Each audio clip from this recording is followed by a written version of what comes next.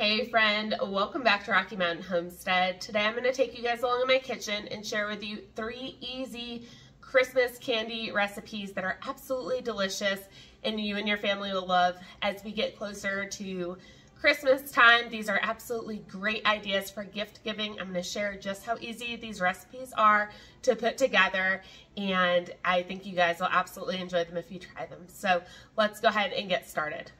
All right, for the first recipe here, we are going to be making some peppermint bark, which is absolutely delicious. So for this, you will need 12 ounces of semi-sweet chocolate chopped up. They only had 2 bars at the store left, so I added in 4 ounces of chocolate chips. And then you will need 16 ounces of white chocolate. So I have 4 bars there. I also have 8 candy canes that we're going to be crushing up. I have a 13x9 lined with foil. If you want it thicker, you can use an 8x8. And then over on the side, I have 1 teaspoon of peppermint extract. I like a really peppermint flavor to my peppermint bark. You can cut it down to half a teaspoon if you'd like instead. Okay, the first thing we are going to do is open up our bars, and we are just going to chop our chocolate up into small pieces.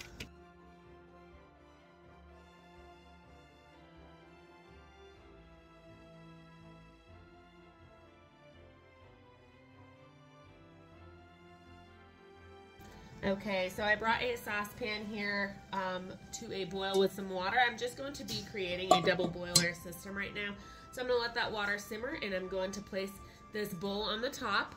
And then to this bowl, I'm just going to be adding all of the chocolate that I have chopped up, including those chocolate chips to make up for the 4 ounces I was missing.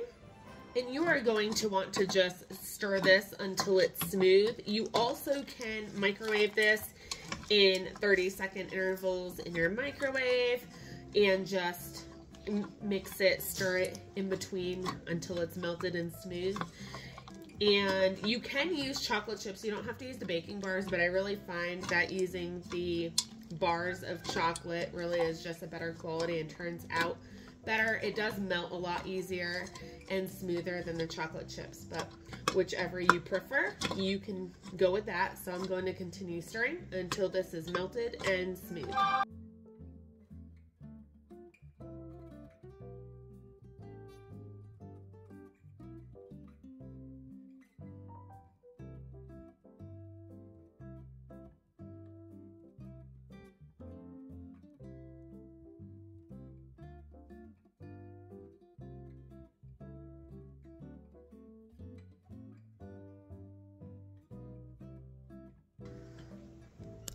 When your chocolate is melted and smooth, you are then going to pour it into your pan. Once again, you can use an 8x8 if you'd like it thicker, or you can just use a 13x9 if you like it a little bit on the thinner side.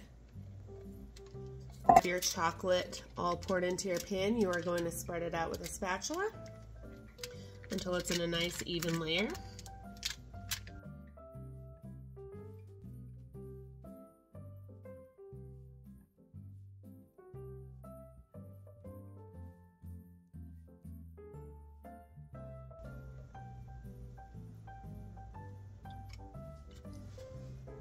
Once you have it spread out evenly into your pan, we are going to put this in the fridge and let it just sit in there until it is barely set up. And I'll bring you back and let you know how long that is as soon as it's done. All right, and while that chocolate is setting up in the fridge, I set a timer for about 15 minutes. Usually about 15-20 minutes is good. I am going to chop up this white chocolate, and we are going to put it in our double boiler system. Going to mix until it is smooth and melted.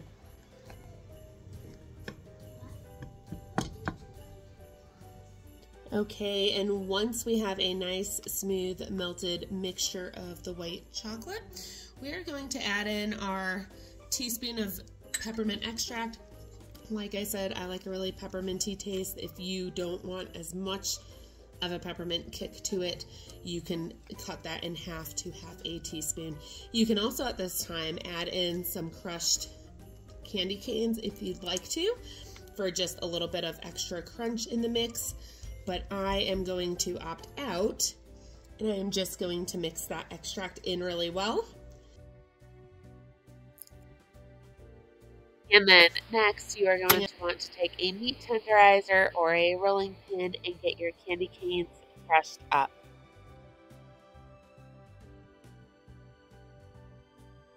All right, it has been about 15 minutes, and as you can see, if I touch the middle here, it leaves a mark and it's a little bit gooey right there. See that? But the edges are set up. They're set up on the edges beautifully. You want it like this. And you, actually, I would have maybe cut the time a little bit on the edge. It's still soft, but you want it soft enough so your layers don't separate. I have made that mistake before. And if this is not soft enough, your layers will separate. So I'm going to take this white chocolate now that has set aside for a little bit and cooled. And you can also tell that it's cooled off. Oh my gosh, my whole thing just broke off. Sorry about that. I had to actually grab a different spatula. This one's a little sturdier. So you can tell it's also cooled off a little bit when it thickens. It's still pourable, but it's thicker. So I'm going to try and get this where you can see it. And I'm just going to be pouring this along the top. Okay, and once we get it all scraped out of our bowl, we are just going to spread this on top of our chocolate.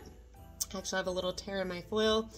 That's why I kind of did a double layer and it still has a little tear in it. So hopefully it stays in place. And you just want to spread this out gently. All right, and then we are going to be adding in our candy canes. I actually thought I let mine cool long enough and started seeing some of the chocolate come through. So I guess my white chocolate on the bottom part of the bowl was still a little bit too warm. So that's okay. It'll be okay. We're going to cover it up with candy canes. So I have my crushed candy canes and we're just going to sprinkle this on. All right, now that we have the candy canes that are crushed on top, we are going to place this in the fridge to firm up for about 1 hour. All right, our peppermint bark is now out of the fridge. I'm going to lift up this foil and get this bark onto the counter.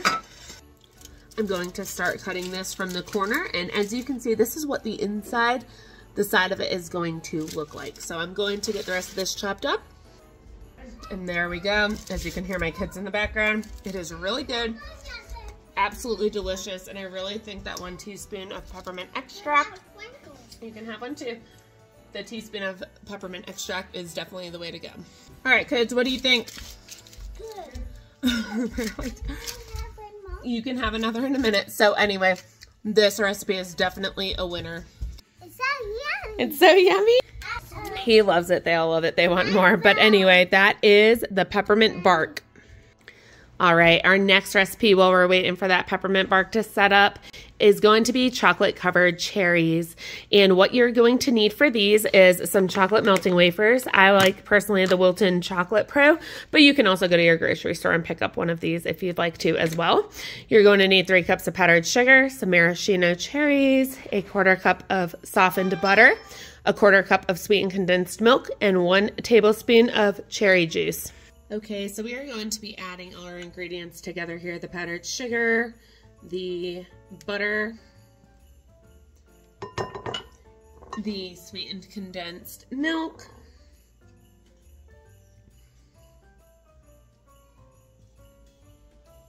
and the cherry juice.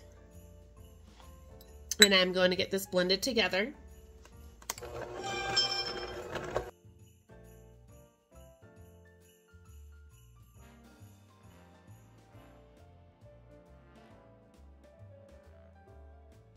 Okay, I mixed most of it up with the hand mixer. This is just going to be a type of fondant, but as you can see, my butter wasn't as softened, so I just wanted to go in there. But it forms together almost like a dough. So this is a type of fondant.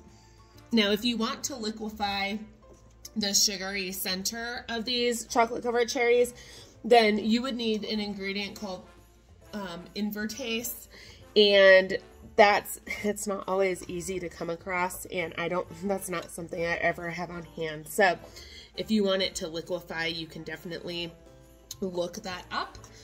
Once again, that's called invertase, and that just helps break down the sugars to liquefy a little bit better. But as you can see, this is a pretty it's like a dough, and it's moldable. So that's exactly what we want. And you're going to want to put your cherries. I put about, I think 30 in the freezer an hour ago, because you want them to be cold and firm so they're easier to work with. All right, you guys, so I just pulled my, oops, my camera's shaking. I just pulled my cherries out of the freezer that I put in there about an hour ago, and they are ready to go. So what I'm going to do is take a teaspoon of this fondant mixture, and I'm just going to kind of press it out into a flat round disc in my hand. And I'm actually going to get this ready over here. I'm just going to flatten it out. And then I am going to just place one of the frozen cherries here in the middle of that fondant and just kind of wrap it around into a ball. And I'm just going to continue doing that with as many cherries that I have frozen and that I have enough fondant left for. And if you have leftover fondant, you can go ahead and just pop that in the fridge and start another batch with what's left over. So I'll bring you back when all these cherries are covered with the fondant. Okay, I actually had 32 cherries frozen, and I had enough fondant for 32 cherries. So because I already had my cherries frozen, I'm going to pop this in the freezer to set up a little bit for about 30 minutes because my cherries are still pretty frozen. But if you're using maraschino cherries straight from the jar, you definitely want to drain them first. Drain your cherries. But if you're using them straight from the jar, you'll probably want to put this in the freezer for about an hour.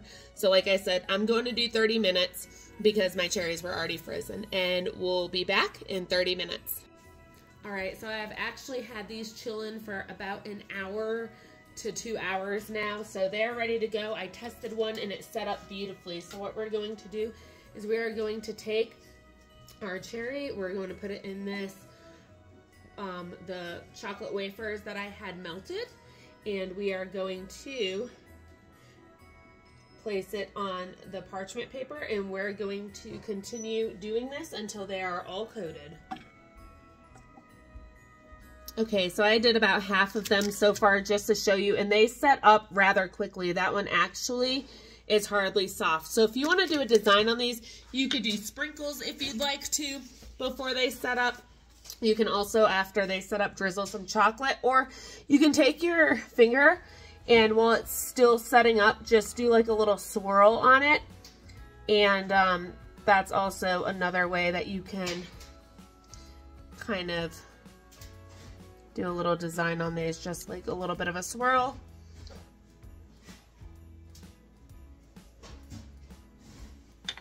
And then that is what that will look like as it sets up. You can also take some of that chocolate and you can just drizzle some of it on top. All right, and it only takes about 5 minutes for this chocolate to pretty much set up, but this is kind of just what I did. I just did with my finger a little bit of a swirl on some of them and then just drizzled some chocolate. Like I said, you can use like red, white, and green melting wafers, and you can really decorate these up a lot better for Christmas. All right, and after we put the chocolate on them, you can actually already see this one kind of oozing out a little bit. After we put the chocolate on them, I just like to pop them in the fridge to kind of chill for about 10 minutes. These are absolutely delicious, just saying. And I am going to find one of these to cut into. I'm going to take this one, and I'm just going to cut it in half and kind of show you what the inside looks like. And that's it. It's got a little bit of juice inside of it. The fondant, as it sits at room temperature, will soften a lot. Delicious. Absolutely delicious. All right, for the next recipe, we are going to be making some delicious, easy toffee. So what I have is 1 cup of semi-sweet chocolate chips. I have 1 cup of pecans. You can use hazelnuts, almonds, peanuts, whatever you'd like. I also have 1 cup of granulated sugar. I also have 8 ounces of unsalted butter, or half a pound.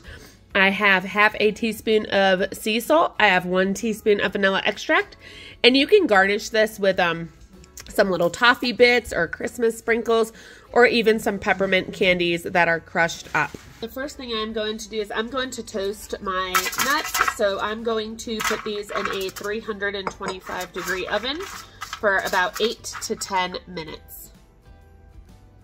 Okay, and while the nuts are toasting, I'm just going to get a 13x9 here and grease the bottom of it. I don't have a cookie sheet. That's normally what you would want to use, a metal cookie sheet, but mine are all huge for the volume of food that I make for my size family. So I'm just going to use a 13x9 glass dish, and I'm going to grease it and then layer it with a piece of parchment paper.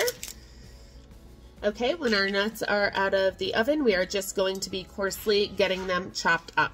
After your nuts are coarsely chopped up, we are going to take our dish that we're going to be making our toffee in, and I am just going to sprinkle roughly about half of this mix into the bottom of the pan. We are going to save what's left to sprinkle on top.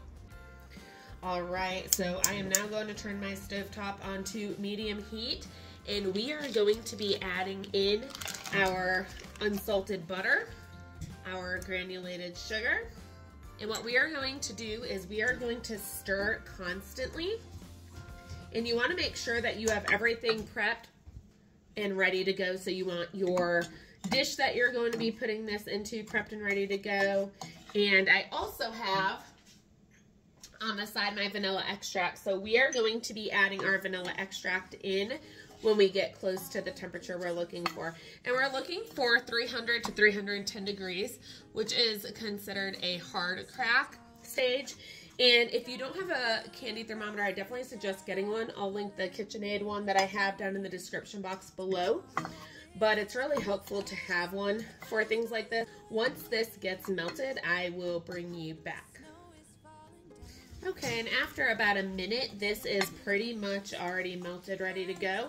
And you're going to want to bring this to a boil, and you're going to want to stir this constantly. So you're looking for a nice, deep, rich caramel color, and that will mean you are near or at your 300-degree mark as well. So I'm going to continuously stir this as it boils.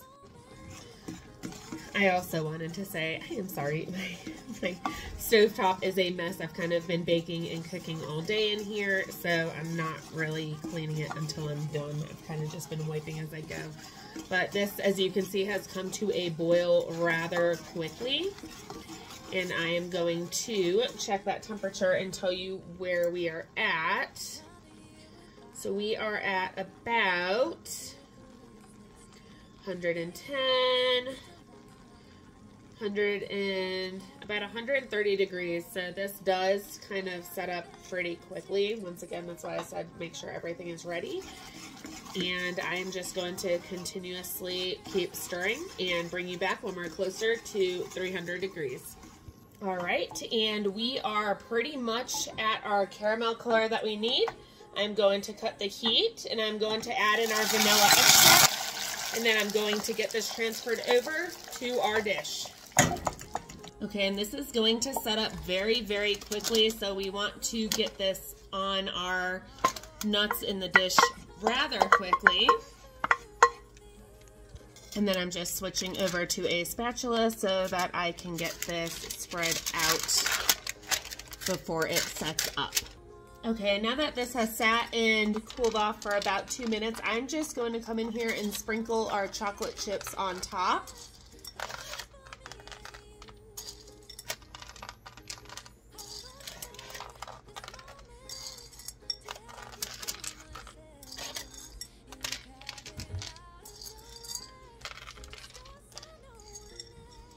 And you can cover this with foil if you want. I'm actually just going to use a baking sheet, so I'm not wasting foil. And I am going to cover this and let those chocolate chips melt for just a few minutes. All right, and after about 5 minutes, I'm going to see if these are ready. I think so. I think it'll be good. These are pretty much going to just melt as you spread these chocolate chips around. So we're going to get this chocolate smoothed out. Look at that.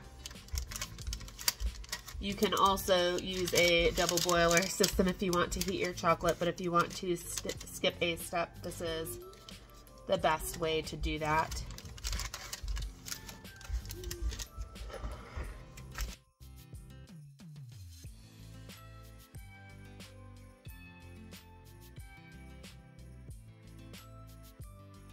Okay, look at that, that looks so good.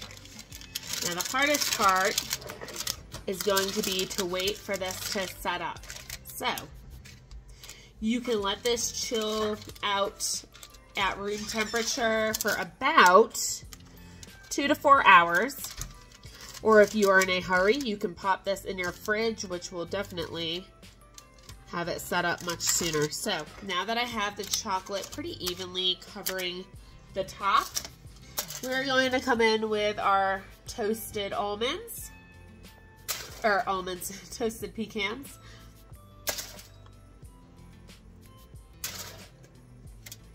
And we are going to just sprinkle these on top.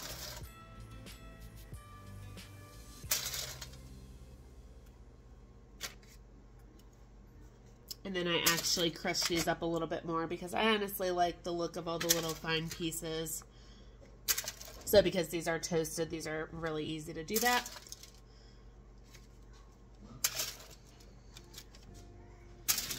And there we go. You can also add to this some crushed up candy cane if you'd like.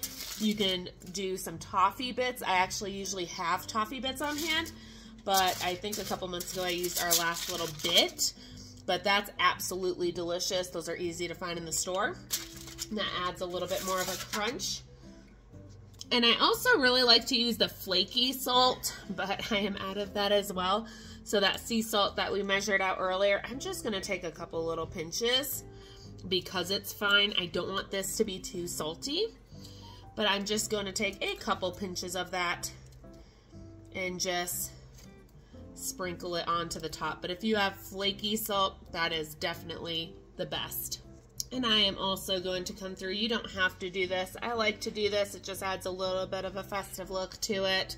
And just come on through with some sprinkles, some Christmas colored sprinkles. And just take a few of them and kind of sprinkle them there on top just for a little pop of color. I think it looks really nice. And there you have it. I'm actually going to pop this in the fridge just so I can get this video done a little sooner and get it edited and get it up to you guys. All right, and last but not least, this is pretty much set up now. I kind of chilled it for a little bit in the fridge, but I'm pretty confident I'm just going to cut into it at this point and it's going to be fine. So I'm going to cut this into squares. Once again, you don't have to cut these into even uniform squares if you don't want to. But we're just going to get this chopped up like that. And then kind of cut this into some smaller pieces. So I only had it in the fridge for, you know, maybe an hour. And I'd say it's pretty set up. The chocolate's a little bit soft to the touch, but it will continue to set up even at room temperature, as long as your house isn't really warm. I actually have a fire going in my fireplace, so I actually may just pop this back in the fridge because it is snowing, it is cold, and our home is very, very warm right now. But that is what this toffee is looking like. It is absolutely delicious. All right, you guys, well, I'm getting ready to take a thumbnail picture, but I hope you enjoyed this video, and I hope this was helpful. In the description box, I will have everything written out. You can put your own festive touches on these and customize them to your liking. I just think these are absolutely beautiful and absolutely delicious to receive as a gift. Package them however you like to for your family and friends. They would not be disappointed if they received any of these as gifts this holiday season.